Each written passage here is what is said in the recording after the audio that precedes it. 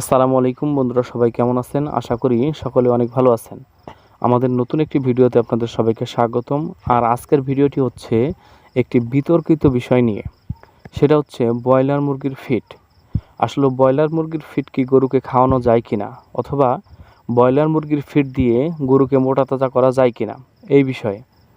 তার আগে আমি কিছু কথা বলতে চাই।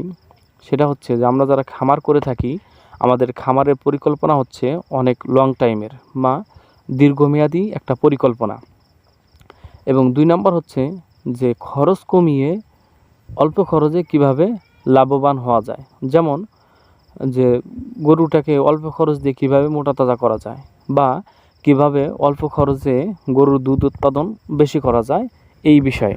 তো আপনারা যদি ব্রয়লার মুরগির ফিড প্রয়োগ করেন, তাহলে কি আসলেও এই খরচটা কমে দুধ উৎপাদন বেশি হয় বা গরু মোটা তাজা বেশি হয় কিনা, আজকে এই বিষয়ে ভিডিওর আলোচ্য বিষয়। তো বন্ধুরা দেখেন, ব্রয়লার মুরগি বা দেশি মুরগি এটা হচ্ছে পাখি জাতি প্রাণী, আর গরুটা হচ্ছে একটা প্রাণী, পশু। তাহলে এইখানেই একটা ডিভাইডেড, এইখানেই কিন্তু দুই ভাগে বিভক্ত হয়ে গেছে। গরুর পাকস্থলী এবং মুরগির পাকস্থলী কিন্তু এক নয়, এবং গরুর হজম প্রক্রিয়া এবং মুরগির হজম প্রক্রিয়া কিন্তু এক নয়। এই ব্রয়লার ফিডটা এমন একটা ফিড যেটার মধ্যে হাই প্রোটিন দেওয়া থাকে। এই হাই প্রোটিন এবং এর মধ্যে কিছু কুচি পাথরও দেওয়া থাকে, মানে ছোট ছোট পাথর যেগুলো আছে, এই পাথরগুলোও কিন্তু এখানে দেওয়া থাকে। যার কারণে আপনি মুরগিকে যখন 30 দিন বা 50 দিন মেয়াদ বা 40 দিন মেয়াদে খাওয়ান, এই 40 দিনের মধ্যে দেখা যায় যে মুরগিটার শরীরে পানি এসে যায়। এটা লাংস ফুসফুসে ধ্বংস হয়ে এটা পানি ধরে সমস্ত শরীরটায় পানি চলে আসে। আর একটা গরু সর্বোচ্চ 15 বছর 20 বছর বাঁচে, 5 থেকে 10 বছর পর্যন্ত থাকে। তো আপনি 40 দিনের একটা ফিড দিয়ে, স্বল্পমেয়াদী ফিড দিয়ে যদি আপনি 10 বছর 12 বছরের পরিকল্পনাকে আপনি ধ্বংস করতে চান, তাহলে কি সেটা আসলেও কি ঠিক কিনা এটা আপনি নিজেই বুঝে নেবেন। এবং 2 নম্বর হচ্ছে যে এই ব্রয়লার মুরগির ফিড এটা কিন্তু পাখি জাতীয়র জন্য তৈরি করা হয়, এটা কিন্তু গবাদি পশুর জন্য নয়। এটা একটা পশু যেহেতু, এই ক্ষেত্রে নয়। এবং 2 নম্বর দেখেন, আমরা আরও বাজারে যখন বড় বড় গরু নিয়ে যায়, এই গরুগুলো যখন বাজারে নিয়ে যাওয়া হয়, তখন বেশি রোদের কারণে কিন্তু অনেক গরু স্টক করে। তো আপনার শখের গরু যদি আপনি বাজারে নেন, 2 লাখ 3 লাখ বা 5 লাখ টাকার গরু বাজারে নেওয়ার পরে যদি এই ব্রয়লার ফিড খাওয়ানোর কারণে স্টক করে, তখন আপনার লাভ হইলো না লস হইলো?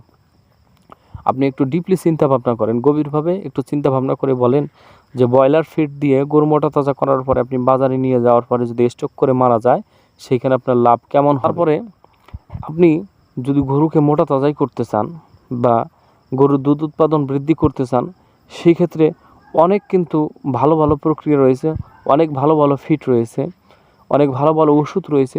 সেইগুলা দিয়ে আপনি গরুকে মোটা তাজা করতে পারবেন, সেইগুলো দিয়ে আপনি গরুর দুধ উৎপাদন বৃদ্ধি করতে পারবেন, এবং কম খরচেই আপনি গরুকে মোটা তাজাও করতে পারবেন। দেখেন, একটা গরুকে খুব বেশি কিছু কিন্তু দিতে হয় না।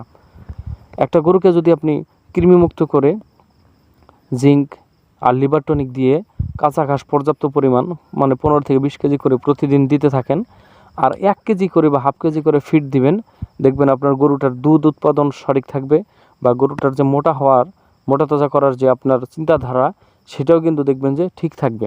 এটাকে পরিচর্যা করতে হবে। এখন আপনি অল্প সময়ের মধ্যে ব্রয়লার ফিড দিয়ে খাওয়াই মোটা তাজা করলেন বা দুধ উৎপাদন বাড়াইলেন, পরবর্তীতে এটা তো আপনার লাভের থেকে ক্ষতি বেশি হবে। এবং এটা যখন আমরা মানুষের কাছে বিক্রি করি, এই ব্রয়লার ফিড দিয়ে গরু মোটা তাজা করার কারণে, এই ব্রয়লার মুরগির ফিড দিয়ে গরু মোটা তাজা করার কারণে আপনার গরুটার ওয়েট কিন্তু গেন হয় না। এটা কিন্তু ওর লাঞ্চটাকে এবং ফুসফুসে পানি ধরে এটা কিন্তু আপনার ফুলে যায়। যেমন একটা মানুষের, আপনি শুনছেন যে কিডনিতে যদি কখনও কিডনিতে ইনফেকশন হয়, তাহলে কিন্তু মানুষটার শরীরে পানি আসে। পানি আসার কারণে শরীরটা কিন্তু ফুলে যায়। এটা কিন্তু আসলে মোটা হয় না, এটা তার শরীরে একটা রোগ সৃষ্টি হয়েছে। ঠিক ব্রয়লার মুরগির ফিড খাওয়াবেন যখন, তখন ওই গরুটার একটা রোগ হবে। রোগ হওয়ার কারণে ওই গরুটার ওজন বৃদ্ধি হবে না, ওটার ওজন যতটুকু ছিল ততটুকুই থাকবে, কিন্তু ওইটার আপনার ফুলে যাবে, পানি ধরবে। ধরার কারণে আপনি পরবর্তীতে যখন এই গরুটা কন্টিনিউ বিক্রি করে খাবেন, আপনি নিজে খাবেন বা আশেপাশের লোক খাবে, তারাও দেখবেন যে এরকম রোগে আক্রান্ত হবে।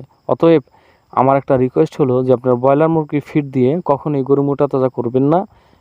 অন্য অন্য ক্যাটাল ফিড আছে, আপনার অনেক মিডমোর আছে, এরকম ফিড দিয়ে আপনারা গরু মোটা তাজা করবেন।